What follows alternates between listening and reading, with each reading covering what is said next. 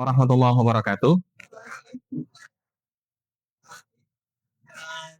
Apa kabar adik-adik? Sehat?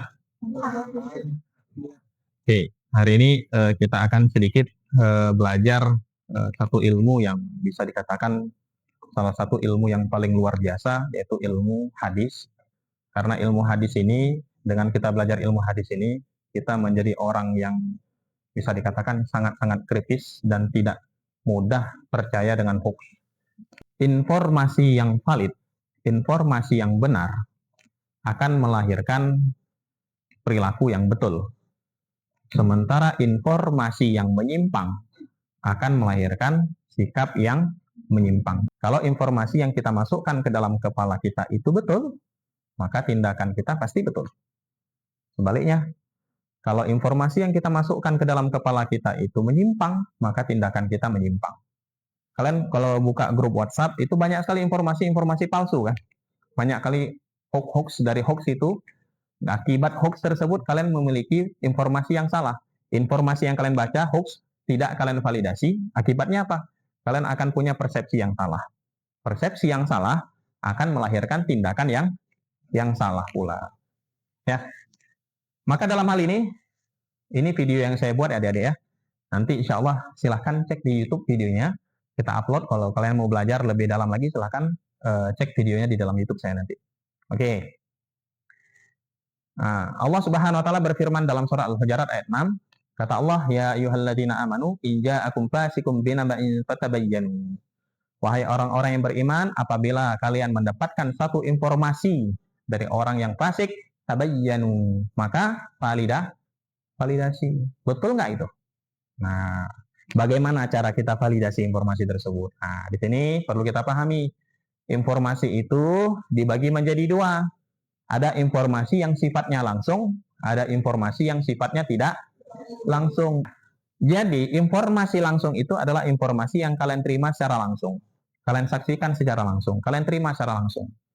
Untuk memvalidasi informasi langsung, kalian perlu bisa langsung divalidasi. Langsung apakah pakai panca indera ataupun dengan logika. Yang kedua adalah informasi yang tidak langsung. Artinya apa? Ada perantara. Ya, informasi yang disampaikan dengan perantara, tidak langsung. Contoh begini, adik-adik yang dimuliakan oleh Allah, ketahuilah bahwasanya Bapak Dekan berkata hari Senin ujian. Bapak Dekan berkata hari Senin ujian. Itu informasi langsung atau tidak langsung? Yang ngomong siapa? Yang menyampaikan saya.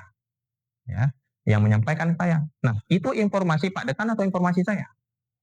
Pak Dekan, saya hanya apa namanya? Para impor atau dalam bahasa ilmu hadis perawi. Antara kita dan Rasulullah SAW itu terpaut 1400 tahun. Bagaimana cara kita bisa memvalidasi itu? Ketika Rasulullah berkata seperti ini, Bunyal Islamu ala khamsin. Islam itu dibangun dengan 5 dasar, 5 perkara.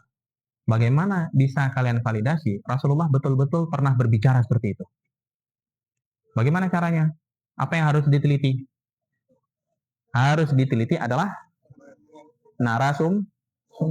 sumber yang menyampaikan, perawi yang menyampaikan. Nah, disinilah letak pembelajaran ya, fokus ilmu hadis sebenarnya ya. Meneliti hadis dari sisi penyampainya, orang yang menyampaikan dan hadis itu sendiri. Maka nanti muncullah yang namanya hadis ya, hadis sahih, hadis hasan, hadis dhaif, hadis maudhu. Itu klasifikasi tersebut menunjukkan bahwasanya hadis ini valid atau tidak valid. Ya, penelitian hadis itu ya, hadis itu diteliti berdasarkan apa pertama? Orang yang menyampaikan. Yang menyampaikannya itu bisa diterima nggak orangnya? Jujur nggak orangnya? Orangnya tersebut cepat lupa atau orang tersebut punya ingatan yang kuat? Nah, itu yang diteliti dalam ilmu hadis ya. Ya, apa yang diteliti? Yang pertama, namanya, biografinya, identitasnya, namanya, nama orang tuanya, kakeknya, negaranya, dilahirkan di mana, tahun berapa dilahirkan, dan beliau itu pernah pergi kemana saja. Setelah itu apa diteliti? Tahun meninggalnya diteliti. Tahun lahir, tahun meninggal. Setelah itu apa diteliti? Pendapat orang-orang terkait beliau. Menurut orang-orang, menurut para ulama, beliau ini bisa diterima nggak hadisnya? Dilihat di sini, apakah beliau ini orangnya jujur atau tidak? Coba bayangkan, di mana ada peradaban yang melakukan hal itu? Nggak ada.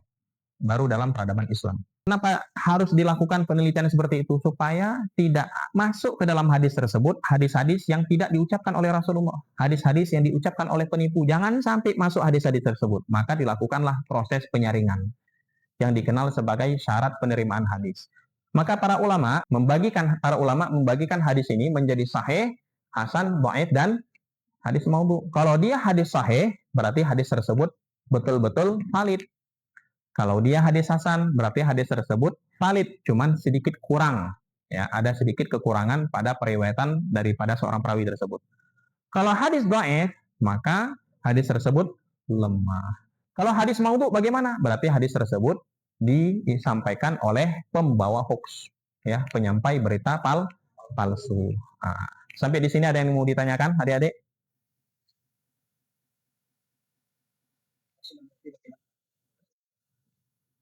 Terus kan zaman dulu juga itu terbatas oleh teknologi atau transportasi kan Kak. Ya. Saya pernah mendengar kajian Kak, kajian tersebut dalam sosial di mana ulama tersebut almarhum menyampaikan bahwasanya banyak ulama-ulama hadis dan Imam Bukhari dan Muslim itu meriwayatkan ribuan hadis mentahrid ribuan hadis yang sementara pada masa tersebut itu kan untuk mentahrid satu hadis saja itu butuh waktu berbulan-bulan dari satu tempat ke tempat yang lain.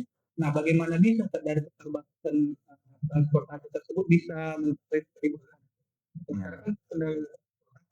Logika kita nggak masuk kan? Masuk nggak logika kita? Dengan kemampuan terbatas.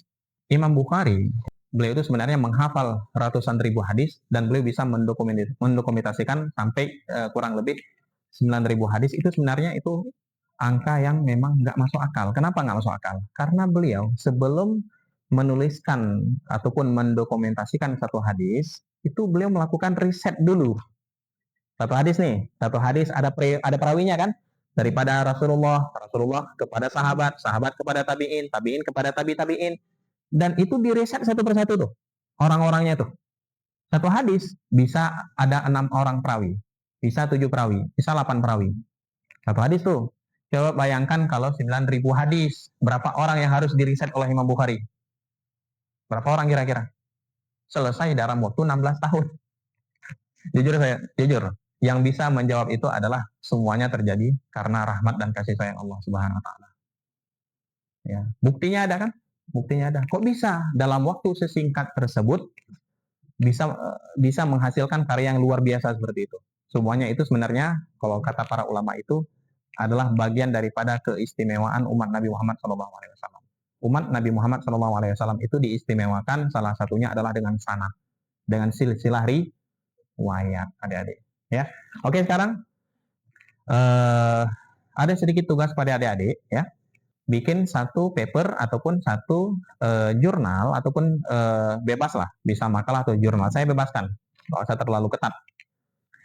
Bisa coba kalian teliti aja syarat-syarat yang digunakan oleh ulama hadis dan siapa ulama hadis yang pertama kali yang merumuskan syarat-syarat tersebut. Apakah Imam Bukhari atau sebelum Imam Bukhari?